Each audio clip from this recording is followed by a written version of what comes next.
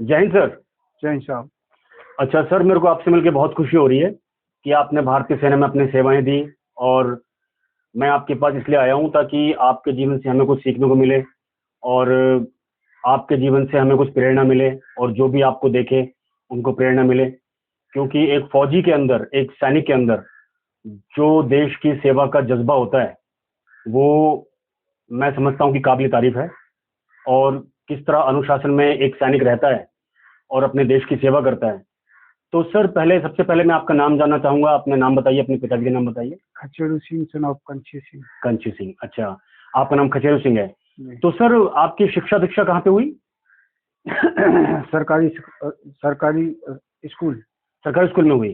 तो सर, गांव में पढ़े या कहीं और भी, जैसे सिटी से बाहर भी गए? गांव में। गांव में पढ़े।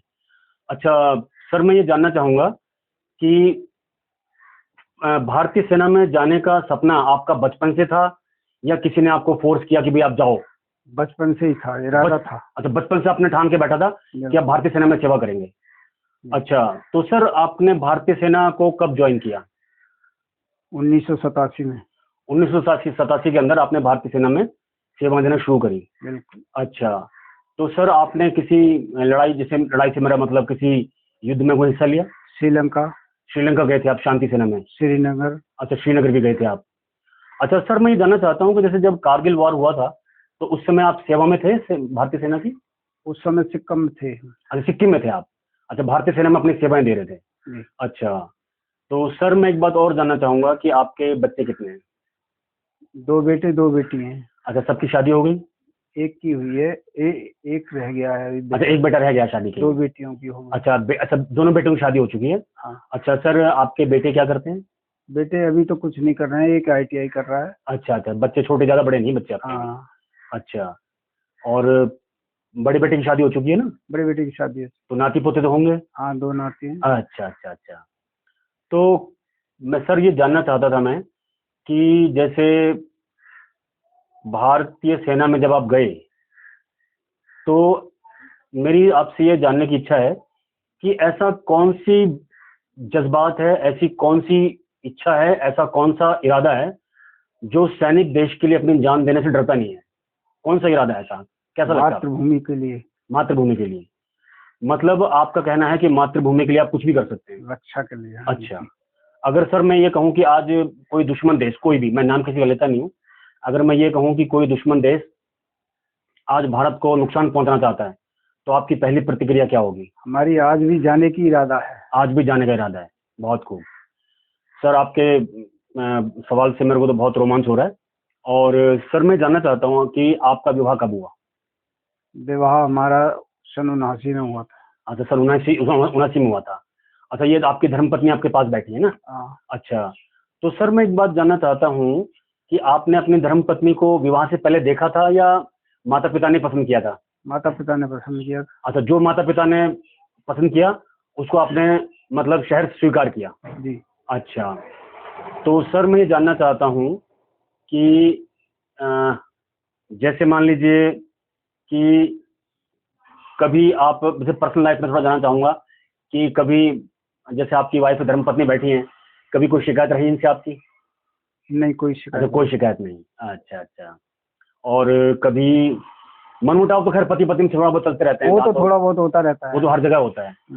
अच्छा, तो सर मैं एक बात और जानना चाहूंगा कि जैसे आज की जो जो युवा पीढ़ी है, तो इसको आप क्या शिक्षा देना चाहेंगे, क्या कहना चाहेंगे ताकि ये भी और प्रोत्साहित हो? ये हम तो ये चाहते हैं कि ये भी हमारे से और ऊंचा जाए। अच्छा अच्छा। हमारे से और तरक्की करें। और तरक्की करें। और कुछ ऐसा देना, ऐसा कुछ बोलना चाहेंगे कि भाई, जैसे कि सरकार को कोई सलाह, आपकी सरकार को क्या सलाह देना चाहेंगे आप? सरकार को सलाह यही है कि आने वाली पीढ़ी जो है हमसे भी ऊंचा जाए और सरकार के लिए हित में लड़े। अच्छा, मैं देश के हित में चले जी। और आप मतलब आप चाहते हैं कि सरकार ऐसा करे कि लोगों को प्रोत्साहन मिले ताकि देश की सेवा बढ़ती चली जाए। बिल्कुल। और हमारे भारत का नाम जो है सबसे ऊंचा रहे, है ना? ऊंचा रहे। अच्छा, बहुत अच्छी बात है सर। अच्छा सर, मैं ये जानना चाहूंगा कि जैसे जब आपने जब कभी युद्ध हो रहा था, कभी देश के साथ कोई समस्या आ रही थी, तो उस समय आपको कैसा लगता था कि कहीं आपकी ड्यूटी जैसे सिक्किम में थी आपने बताया, तो आपको क्या लग रहा था कि भाई आपको लड़ाई में जाना चाहिए? जाना चाहिए था आपको ना, ऐसा लग रहा था आपको? अच्छा। कारगिल का जब युद्ध चला था, हमको भी ये उमंग उठ रही थी कि हमने भी उधर जाना। अच्छा, आपको भी ये, जब कारगिल की लड़ाई चल रही थी तो आपके मन में ये जज्बा था, आप इसलिए बेचैन होते कि काश मुझे भी सरकार वहां पे भेज दे, है ना? हाँ। अच्छा अच्छा। तो सर ये तो बहुत अच्छी बात है, और काफी अच्छा लग रहा है मेरे को आपसे बात करके। इसको बीच में पॉज कैसे होता है? पॉज कैसे होता है? कर सकते हैं पॉज ये। अच्छा सर, मैं एक बात और पूछना चाहूंगा कि आपके पिताजी भी सरकारी सेवा में थे या कोई प्राइवेट जॉब करते थे? सरकारी सेवा लगी थी, लेकिन हमारी दादी माँ रोते रोते अंधी हो गई, अकेले थे हमारे पिताजी। अच्छा, आपके पिताजी अकेले थे? अच्छा, तो उन्होंने सरकारी जॉब सेवा करने नहीं दी? छोड़ दिया उन्होंने। अच्छा, आपके पापा डिफेंस में थे या सिविल सेवा में? कैसे? डिफेंस में ही हुए थे। अच्छा, डिफेंस में हुए थे। ये बहुत पहले की बात होगी, आप तो छोटे होंगे उस समय। हमारा बहुत छोटापन था। अच्छा, बहुत छोटे थे। अच्छा अच्छा अच्छा। अच्छा सर, मैं ये जानना चाहूंगा कि आपके पिता ने कैसे संघर्ष करके आपको पाला और इतना बड़ा किया? बहुत संघर्ष किया हमारे बाप ने। अच्छा, खेती बाड़ी करते थे? खेती नहीं थी। अच्छा, खेती नहीं थी, क्या करते थे फिर आप? तरीके से मजदूरी करते थे। अच्छा, मजदूरी करते थे। अच्छा, सेवा में तो लगे थे, लेकिन आपकी दादी ने जाने नहीं दिया? जाने नहीं दिया। क्योंकि पहले जमाने में थोड़ा सा ऐसा था ना कि भाई मेरा बेटा मेरे पास रहे, ऐसा करके। अब भी ऐसा है? बड़े बूढ़े भी ऐसे ही करते हैं। हाँ, बड़े बूढ़े अब भी ऐसे करते हैं, भाई मेरा बेटा मेरे आंखों के सामने रहे। अच्छा, मजदूरी करके आपको पाला? हाँ, मजदूरी करके पाला था। तो जब आपके पापा मजदूरी करते थे कैसा लगता था आपको?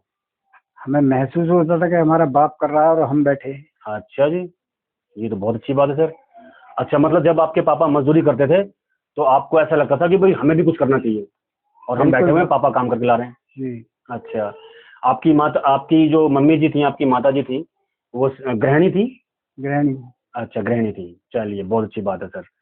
तो अच्छा, आपसे बात करके हमें बहुत अच्छा लग रहा है सर, और मैं चाहता हूं कि आपकी धर्म पत्नी से भी बात की जाए। तो मैडम, सबसे पहले मैं जानना चाहूंगा कि जब आपका विवाह हुआ, आपकी शादी हुई, और आपको मालूम चला कि आपके जो होने वाले पति हैं वो एक सैनिक हैं, तो आपको कैसा महसूस हुआ? सैनिक बाद में बने? अच्छा अच्छा अच्छा। अच्छा, सैनिक बाद में बने, चलिए बहुत अच्छी बात है। अच्छा, मैं जैसे